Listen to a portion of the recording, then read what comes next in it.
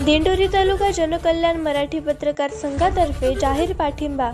माननीय राज्यमंत्री दिव्यांगांचे कैवारी वंदनीय बच्चूभाऊ ओमप्रकाश कडू यांचे दिव्यांग बांधवांना 6,000 रुपये पेन्शन मिळावी व शेतकऱ्यांना कर्जमाफी मिळावी व कष्टकरी कामगार, महिला व अन्य वंचित घटकांच्या न्याय हक्कासाठी गुरुकुंज मोझरी येथे दिनांक 8 जून 2025 पासून बेमुदत अन्नत्याग आंदोलन सुरू आहे। परंतु शासनाने रास्त मागण्याबाबत अद्यापपर्यंत कुठलीही दखल न घेतल्याने जनकल्याण मराठी पत्रकार संघ संचलित दिव्यांग सेवा समितीत महाराष्ट्र राज्याच्या वतीने पूर्ण पाठिंबा दर्शविण्यासाठी व आंदोलनाला बळ देण्यासाठी व शासनाचे लक्ष वेधण्यासाठी आज दिनांक 11 जून 2025 रोजी दिंडोरी येथील तहसील कार्यालयासमोर एक दिवसीय लक्षणीय अन्नत्याग आंदोलन करण्यात आले असून सदर आंदोलनाची प्रशासनाने नोंद घेऊन न्याय मिळावा, अन्यथा जनकल्याण दिव्यांग सेवा समितीच्या वतीने दिंडोरी तालुका प्रहार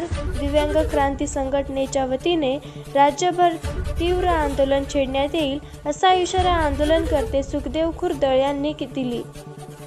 यावेळी जनकल्याण मराठी संघाचे संस्थापक अध्यक्ष संतोष जाधव, राष्ट्रीय अध्यक्ष रफीफ सय्यद, राज्य अध्यक्ष देवीदास बैरागी, प्रहार तालुका अध्यक्ष जयवंत थेटे, तालुका अध्यक्ष सुरेश सुराशे, जनकल्याण अन्याय अत्याचार निवारण समिती जिल्हा अध्यक्ष सविता जाधव, विलास कदम, एकनाथ लोखंडे, महिला पत्रकार कुमारी वृषाली सोलंकी, महिला अन्याय अत्याचार सौ सुनीता गुबाडे, महिला उपाध्यक्ष सुवर्णा घोडे, लता वाघ, अन्याय कार्याध्यक्ष शैला दळवी, वनी शहराध्यक्ष सोनी बागुल आदीसह अन्याय अत्याचार निवारण समिती, पोलीस मित्र आदीसह पदाधिकारी हजर होते।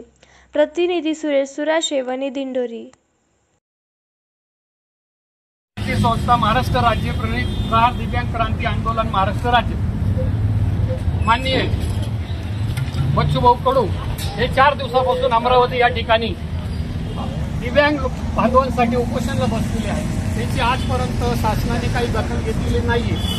काल बातमीत असं कळालं का त्यांची शुगर कमी झालेली होती, त्यांना त्रास व्हायला लागला, तरीही कोणीही सरकारी दखल घेण्यासाठी अधिकारी तिथपर्यंत आलेला नाहीये। त्याची दखल घेऊन दिंडोरी तालुका सर्व दिव्यांग बांधवांनी आज 1 दिवसाचा लक्षणीय अन्नत्याग उपोषण केलेलं आहे आणि प्रांत कार्यालय दिंडोरी या ठिकाणी आपण उपोषणाला बसलेले। आपली मागणी आहे का आपल्याला दिव्यांग बांधवांना कमीत कमी 6,000 रुपये पेन्शन मिळालीच पाहिजे। मिळाली पाहिजे का नाही? आपल्याला किती पेन्शन मिळाली पाहिजे?